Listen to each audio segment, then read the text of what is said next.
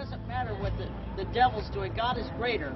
Greater is the God in us than the devil. I think I'm a joke to a lot of people. Oh, this pro-life atheist girl, this is hilarious. But I don't want to be a joke. I'm not comfortable being a joke. This is real for me, and I want to be taken seriously. And I have a difficult time knowing that babies are dying at a rate that is almost unimaginable. Abortion is violence! Abortion is violence! The committee chair. Later in life, I had a friend who was having an abortion, and she showed me a picture of the ultrasound. The chair, the Democrat. Yeah, we won him. It really affected me, and I tried to convince her not to go through with it. I really had a bad feeling about it, and she went through with it anyways. Hi, my name's Terrisa. I'm calling with Pro-Life San Francisco, and I was calling to see if anyone on staff or the senator is able to meet with I was very overcome with this feeling of helplessness and wanting to fix the situation but not feeling like I could. This issue is life and death! That got me a little bit more emboldened to go out into the community. Donald Trump came along, and for people who have worked on this issue with every Republican administration and gotten nowhere, this to them is the golden era of the pro-life movement. But for me and my community, Donald Trump is not a role model. There's no way that Donald Trump is going to give a voice for the unborn in San Francisco. And I realized that I was going to have to be that voice. It's cool. Anyway, I didn't know where to start. I didn't know any pro-life people in real life other than people online, and I don't have a faith community. Eventually, I found pro-lifers, and we started a group called Pro-Life San Francisco. got to go! Hey, hey! I'm out here today at San Francisco State University, where there is a large display. What's really remarkable is how many pro-choice counter-protesters are here. There are very few tactics in the pro-life movement that I'm like totally against. I support anybody, for the most part, who's willing to get out and try something on this issue.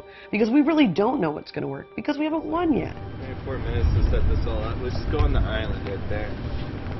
I have voted Democrat mostly in the past. Okay, it's got the slideshow going. However, I've come to see voting for pro-choice Democrats as basically giving direct aid to someone who's willing to sacrifice the rights of unborn human beings. And I find it just as problematic as separating families at the border or police brutality. Hey everybody, it's me, Terrisa, founder and executive director of Pro-Life San Francisco. I'm out here at... In the last election, I turned in a mostly empty ballot.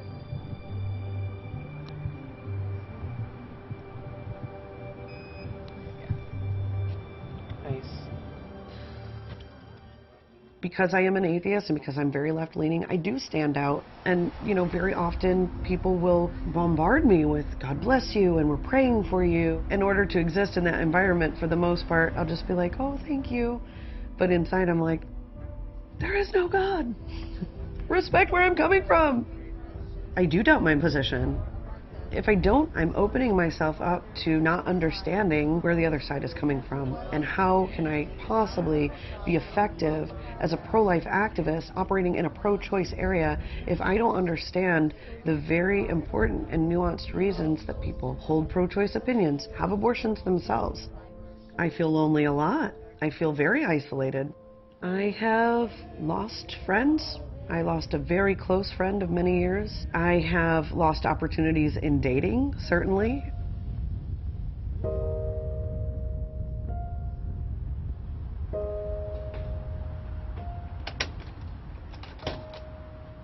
Yes. I've worked in the pro-life movement long enough that I've been able to build relationships and build a reputation, and I'm able to tap into a little different community. I don't feel used by the pro-life movement. I want them to use me. There's so much at stake. This is a life and death issue, and I don't believe in an afterlife. That's very scary. I'm putting everything on the table for this. I'm doing it because I think that there's a possibility that it can change people's minds. My mind was changed. No! Campus abortion! No! Campus abortion!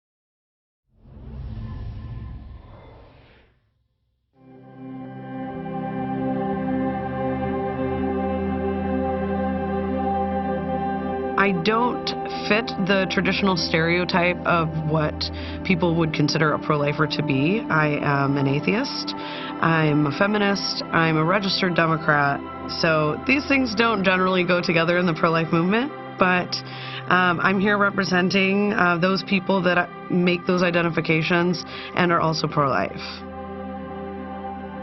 I was not raised pro-life. In my early 20s, I dated someone who was passionately pro-life, and I am a vegetarian. I have a strong sensitivity to animals, and he would try to play on that a little bit and say, how could you possibly care about the dolphins and you don't care about unborn human beings being killed in the womb? And I was just like, what unborn human beings? It's just a clump of cells. What are you talking about? And he really went out of his way to show me images and ultrasounds of preborn children in utero. He really made a case for me that they were in fact part of our human family, that a fetus, that an embryo, that they are of our species, that they are human beings. But I still maintained a pro-choice position for various other reasons. I thought there is a tremendous amount of injustice in the world. This is just one of those other terrible things, but on a scale of like absolutely horrible to just probably not that good, it's probably just not that good, and it's just not something that I'm willing to take a stand on. What really changed it for me was much later in life. I thought, all of these billions of years of evolution have occurred, and eventually somehow I've come into existence and I have this conscious experience where I get to explore the universe in a way that's so rare. And I started thinking about what would justify robbing someone of that very small opportunity to experience that. People weren't caring about it and should be. And I just started having all of these feelings about it and started doing a lot more investigation into the pro-life position. Ultimately, I didn't really feel that there was a place for a pro-life atheist, but then I found secular pro-life, and that immediately struck a chord in me. I thought, this is me. I am a secular pro-lifer. The typical understanding of who's involved in the pro-life movement is very much dominated by our opposition. They want it to appear as if we are just a bunch of old white religious men. And what we find from Gallup polling is that the majority of people who actually identify as being pro-life are in fact women. And what we find in minority communities is that there's a higher percentage of blacks and Hispanics that identify as pro-life. There are an estimated 6 million non-religious pro-lifers in the United States, according to Gallup polling. Probably most of those people who are non-religious but are also having pro-life views are probably not very vocal about it for the reasons that I wasn't. The stereotype isn't accurate. The pro-choice movement from the very beginning worked to discredit pro-life atheists, pro-life Protestants, pro-life Buddhists, anyone who didn't fit the stereotype that they were trying to project to the media, which was, this is an issue that's coming from the Catholic hierarchy. Most Catholics don't even want this type of abortion restriction.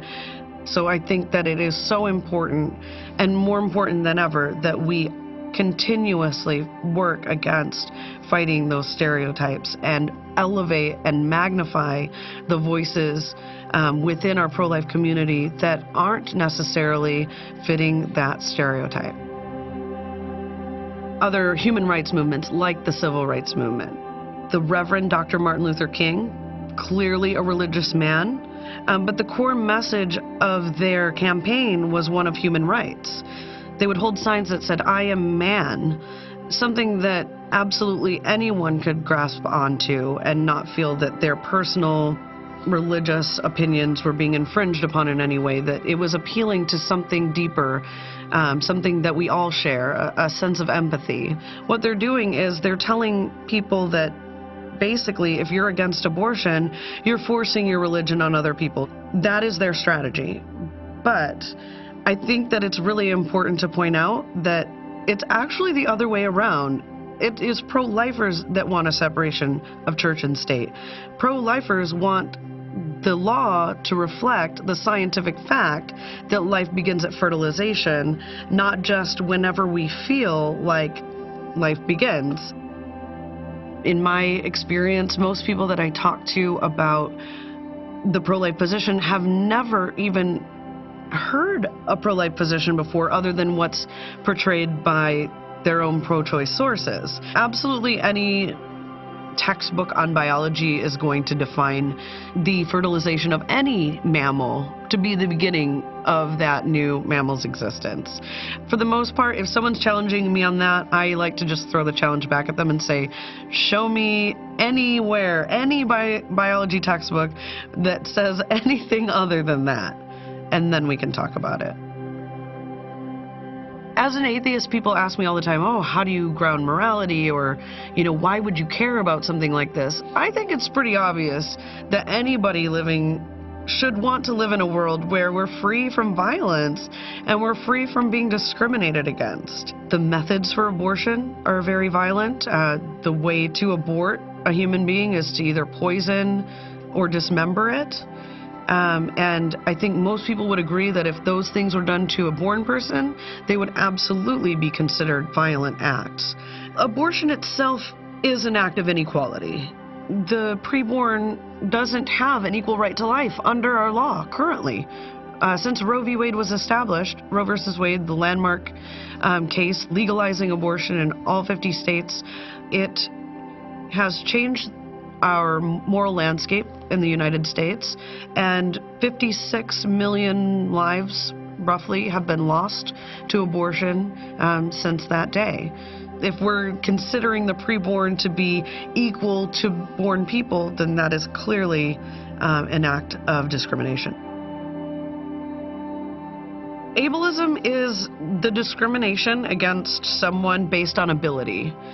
So if someone is not able to eat on their own, walk on their own, if someone is not able to speak or not able to experience consciousness, these are all ways that we could potentially be discriminating against people, both preborn and born. That is what we would consider ableist. How would you feel if maybe there was a born person who didn't have any limbs, or someone who was just less socially developed? This isn't consistent with how we would treat born people. Do we give people who are less able different rights than we give able-bodied born people? This is a perpetuation of a type of discrimination. When we are saying that abortion is a way for women to achieve equality, they are doing that literally on the backs of the preborn. All of our equality is tied to each other. None of us are free until all of us are free. None of us are equal until all of us are equal. So if we're saying we only care about born women's equality, but we don't care about preborn women's equality, that is an ableist characterization, and that is discrimination. A woman's body makes a baby sometimes, and we need a world that supports her. She is a mother, that she's not deciding whether or not she wants to be a mother. She already is one. And what she has to determine is whether or not she's going to terminate the life of her offspring. As an atheist, I think the most important things that we can do and say to further our pro-life agenda is to promote the ideals of equality, nonviolence, and non-discrimination. Those ideals are accessible to absolutely everyone. I think it's very unlikely that you would find someone who would disagree with those positions. And when we continuously fight for those things and we stand up for injustice in all aspects of politics or what's happening in your school, and we are also standing up against the injustice of abortion, people will see the consistency there, and they will begin to see the inconsistency in their own position and their failure to uphold those ideals of equality, nonviolence, and non-discrimination when it comes to the preborn.